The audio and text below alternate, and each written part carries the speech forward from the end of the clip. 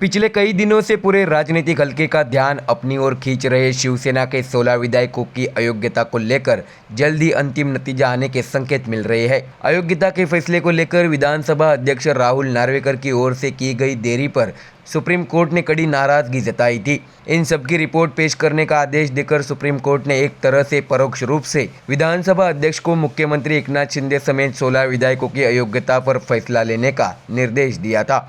इसके बाद विधानसभा अध्यक्ष राहुल नार्वेकर ने स्टैंड लिया था कि मैं किसी भी हालत में जल्दबाजी में कोई फैसला नहीं लूँगा। हालांकि राहुल नार्वेकर गुरुवार को अचानक दिल्ली के लिए रवाना हो गए हैं। इससे राजनीतिक गलियारों में चर्चा जोर शोर पर है। हालांकि दिल्ली में राहुल नार्वेकर किससे मिलेंगे? क्या राहुल नार्वेकर दिल्ली में बीजेपी नेताओं के साथ 16 शिवसेना विधायकों की अयोग्यता पर चर्चा करेंगे? इस चर्चा के बाद राजनीतिक गलियारों में उत्सुकता है कि बीजेपी नेता राहुल नार्वेकर को क्या निर्देश देंगे। फिलहाल 16 विधायकों की अयोग्यता पर अंतिम फैसले के लिए राहुल नार्वेकर का दिल्ली दौरा अहम माना जा रहा है। अगर विधानसभा अध्यक्ष राहुल नार्वेकर दल बदल कानून के तहत शिवसेना के 16 विधायकों को अयोग्य करार देते हैं तो कई लोगों की नज़र इस पर भी टिकी है कि क्या एकनाथ शिंदे को मुख्यमंत्री पद से हटना पड़ेगा। इसलिए राहुल नार्वेकर का दिल्ली दौरा काफ़ी अहम माना जा रहा है। हालांकि राहुल नार्वेकर ने दिल्ली वारी को लेकर इन सभी संभावना को खारिज कर दिया है। उन्होंने कहा कि मेरी दिल्ली यात्रा पूर्व नियोजित थी, इसलिए मैं आज दिल्ली जा रहा हूँ। 16 विधायकों की अयोग्यता के संबंध में होने वाली अन्य बातों पर आपको ध्यान नहीं देना चाहिए। तुम बस मेरे निर्णय पर ध्यान दो। यह फैसला लेने में कोई देरी नहीं होगी। इसके साथ ही उन्होंने आगे कहा कि निर्णय लेने में कोई जल्दबाजी नहीं की जाएगी ताकि कोई गलत निर्णय लिया जाए। विधानसभा अध्यक्ष राहुल नार्वेकर ने कहा कि इस मामले में संविधान के अनुरूप निर्णय लिया जाएगा। दरअसल आपको बता दें कि राहुल नार्वेकर के दिल्ली दौरे पर प्रतिक्रिया देते हुए संजय शिरसाट ने कहा, हमारे वकील दिल्ली में ही है जिन्होंने सुप्रीम कोर्ट में हमारे मामले की पैरवी की। उनसे चर्चा करना जरूरी है। साथ ही सुप्रीम कोर्ट का सटीक आदेश क्या है ये भी समझना चाहिए। इसके लिए राहुल नार्वेकर दिल्ली गए हैं। इसमें कोई खास बात नहीं है। सुप्रीम कोर्ट ने कोई समय सीमा नहीं दी है, लेकिन कोर्ट ने कहा है कि ये कार्रवाई तेज गति से होनी चाहिए। यह नहीं कहा गया है कि इसके लिए प्रक्रिया को छोड़कर कार्रवाई करे, इसलिए यह कार्रवाई प्रक्रिया के तहत ही की जाएगी। संजय शिरसाट ने कहा कि विधानसभा अध्यक्ष को इसके लिए कितना समय चाहिए यह संबंध में दिल्ली में चर्चा की जाएगी। तो देखा आपने, महाराष्ट्र की राजनीति फिर से गर्मा गई है। अब देखना होगा कि आने वाले दिनों में राहुल नार्वेकर शिवसेना के 16 विधायकों के निलंबन को लेकर कब फैसला सुनाते हैं और उनके इस निर्णय से क्या महाराष्ट्र की राजनीति में फिर से कोई उलटफेर देखने को मिलेगा, ये तो आने वाला समय ही बताएगा। महाविकास आघाड़ी छोड़कर बीजेपी के साथ नई राजनीतिक पारी शुरू करने वाले अजित पवार और उनके गुट के खिलाफ बिगुल फूंक रहे शरद पवार को अगले कुछ दिनों में बड़ा झटका लगने की संभावना है। और पता चला है कि उनके गुट का समर्थन करने वाले जो सांसद बीजेपी के साथ में शामिल होने के बाद अजित दादा पर जमकर निशाना साध रहे थे, वे अब शरद पवार का साथ छोड़ने जा रहे हैं। पता ये भी चला है कि उनके साथ पवार गुट का एक और विधायक गठबंधन छोड़कर अजित पवार का समर्थन करने जा रहा है। जल्द ही वे इस संबंध में अपनी भूमिका बताएंगे। फिलहाल जानकारी सामने आई है कि उन्होंने दादा गुट के प्रदेश अध्यक्ष सुनील तटकरे को अजित दादा को समर्थन का शपथ पत्र दे दिया है। दरअसल आपको बता दें कि एक तरफ चुनाव आयोग में एनसीपी के साथ पार्टी और सिंबल विवाद चल रहा है, तो दूसरी तरफ अयोग्यता की कार्रवाई को लेकर विधायकों के एक दूसरे के खिलाफ नोटिस जारी किए जा रहे हैं। आने वाले समय की हवा को पहचान कर विधायक सांसद अपनी दिशा स्पष्ट कर रहे हैं। दरअसल आपको बता दें कि शरद पवार जहां बीजेपी और अजित पवार के खिलाफ खुले संघर्ष का रुख अपना चुके हैं, वहीं उनके साथी शिलेदार दादा गुट में शामिल होने का रुख अपना रहे हैं। इसलिए यह अनुमान लगाया जा रहा है कि शरद पवार की ताकत कम हो जाएगी। आपको ये भी बता दें कि शरद पवार को छोड़कर जाने वाले लोकसभा सांसद और विधानसभा विधायक एक ही जिले से है और दोनों ने चर्चा और विचारों का आदान प्रदान करने के बाद ही अजित दादा का समर्थन करने की भूमिका निभाई है। सूत्रों ने जानकारी दी है कि दोनों ने अपने अपने हलफनामे अजित पवार को दे दिए हैं, क्योंकि वे इस बात पर सहमत है कि लोकसभा और विधानसभा चुनाव की हवा को पहचान कर उन्हें अजित पवार के साथ जाना चाहिए। आपको ये भी बता दें कि शरद पवार के पास फिलहाल लोकसभा में 4 और राज्यसभा में 2 सांसद हैं। लोकसभा सांसद अमोल कोल्हे, श्रीनिवास पाटिल, सुप्रिया सुले और मोहम्मद फैसल फिलहाल पवार के साथ है, जबकि राज्यसभा सांसद वंदना चौहान और फौजिया खान ने पवार का समर्थन करने का रुख अपनाया था। वहीं लोकसभा के सुनील तटकरे और राज्यसभा के प्रफुल्ल पटेल अजित पवार के हाथों को मजबूत कर रहे हैं। इसलिए लोकसभा के 4 सांसदों में से इस बात की चर्चा जोरों पर है कि कौन सा सांसद पवार के खिलाफ जाकर दादा का समर्थन करेगा।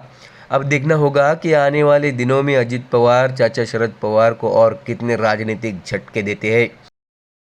महाराष्ट्र की राजनीति में इन दिनों शिवसेना के 16 विधायकों के अयोग्यता का मामला काफी गर्मा चुका है और इसी बीच शिवसेना यूबीटी के सांसद संजय राउत ने शिंदे पर निशाना साधते हुए बड़ा खुलासा भी किया है। आइए जानते हैं पूरी खबर विस्तार से। दरअसल राउत ने कहा है कि इस बात पर संदेह करने का कोई कारण नहीं है कि एकनाथ शिंदे समेत 16 विधायक अयोग्य करार दिए जाएंगे। शिवसेना सांसद संजय राउत ने बयान दिया कि मुख्यमंत्री समेत 16 विधायक राजनीतिक जाल में फंस गए हैं, बस अभी हे राम कहना बाकी है। साथ ही संजय राउत ये कहना नहीं भूले कि सुप्रीम कोर्ट के निर्देश के मुताबिक 16 विधायकों की अयोग्यता पर विधानसभा अध्यक्ष राहुल नार्वेकर को फैसला लेना है।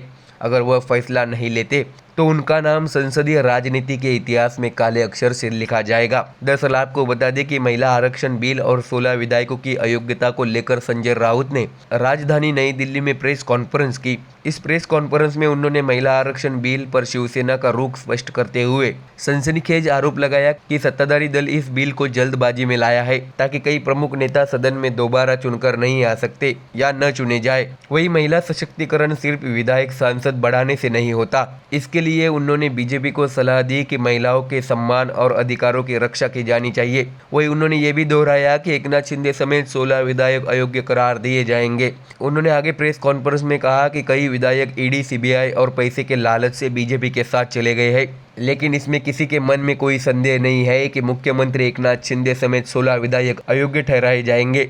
उन्होंने कहा कि 16 विधायकों का राजनीतिक जनाजा बंधा है, बस हे राम कहना बचा है। राउत ने कहा कि विधानसभा अध्यक्ष को यह निर्णय लेना होगा, अन्यथा उनका नाम संसदीय राजनीति के इतिहास में काले अक्षर में लिखा जाएगा।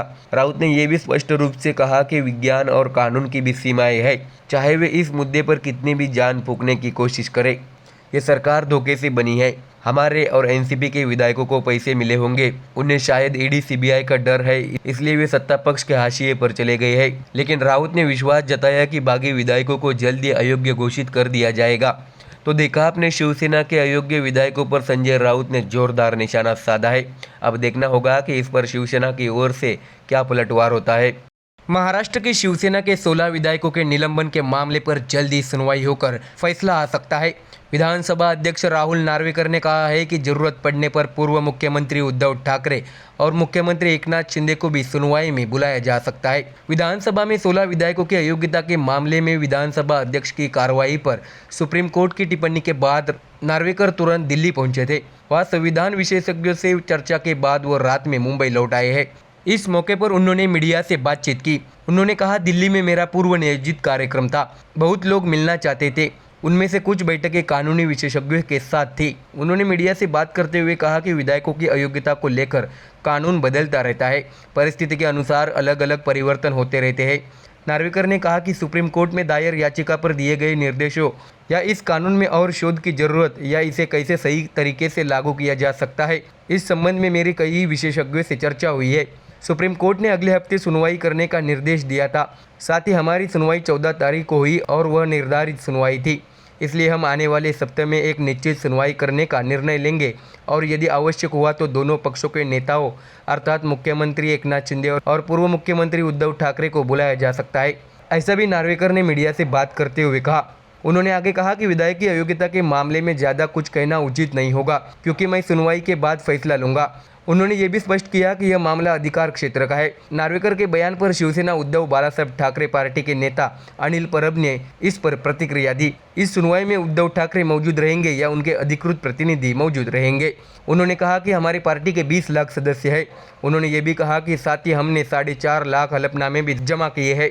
उन्होंने तंज कसते हुए कहा कि यह तब तक कोई कार्रवाई नहीं करते जब तक इन्हें सुप्रीम कोर्ट से फटकार नहीं मिलती। न्यायालय ने कड़े शब्दों में कहा है, इसमें कहा गया है कि 1 सप्ताह में सुनवाई करे और अगली कार्रवाई की रूपरेखा तैयार करे। परब ने यह भी दावा किया कि अयोग्य विधायकों को बचाने का कोई तरीका नहीं है। कई कानूनी विशेषज्ञों की राय है कि उन्हें अयोग्य घोषित किया जाएगा। तो देखा आपने, राहुल नार्वेकर की भूमिका सामने आने के बाद शिवसेना यूबीटी के नेता आग बबूला होकर बयान दे रहे हैं। ऐसे में आने वाले दिनों में निलंबन के मामले पर राजनीति और भी गर्मा सकती है।